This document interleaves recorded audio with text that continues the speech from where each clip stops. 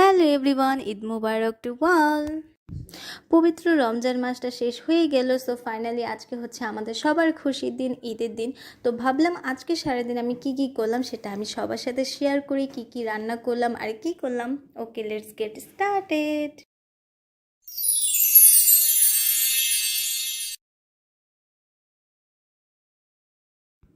সকাল সকাল মোটামুটি তাড়াতাড়ি উঠে পড়েছিলাম। দেন আম্মু আর আমি দুজন মিলে রান্না বান্না শুরু করে দিলাম। ফার্স্টে সকালে যে ডেজার্ট আইটেমগুলো, শ্যামাই, অ্যাগেন শ্যামাই আর হচ্ছে পায়েস, আর সবশেষে আমার সবচেয়ে ফেভারিট যেটা ফিরনি।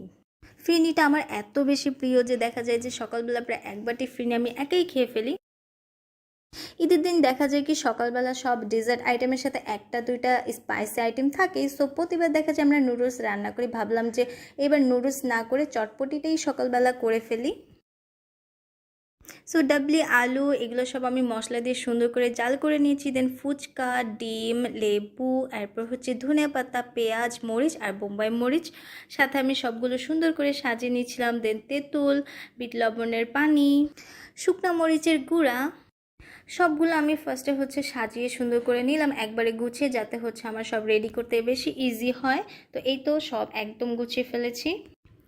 সো এই তো আমি বাটিতে সব কিছু সুন্দর করে দিয়ে নিয়েছি। একদম দেখতে অনেক বেশি ইয়ামি লাগতেছিল, আর ট্রাস্ট মি খেতে এত বেশি মজা হয়েছিল বলার বাইরে। ইভেন দোকানেরগুলোও এত বেশি মজা লাগে না। লিটারেলি আমার মনে হইতেছিল আমি এত মজা কোনোদিন চটপটি খাইই নেই।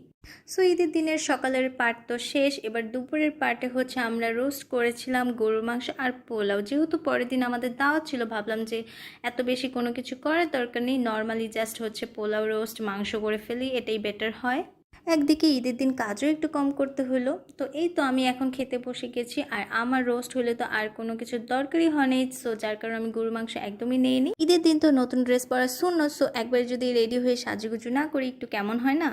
সো যাই হোক, ঈদের দিন তো প্রায় শেষ। আশা করি আমার ভিডিওটা আপনাদের অনেক ভালো লাগবে। Thank you for watching and don't forget to like and subscribe. Tata.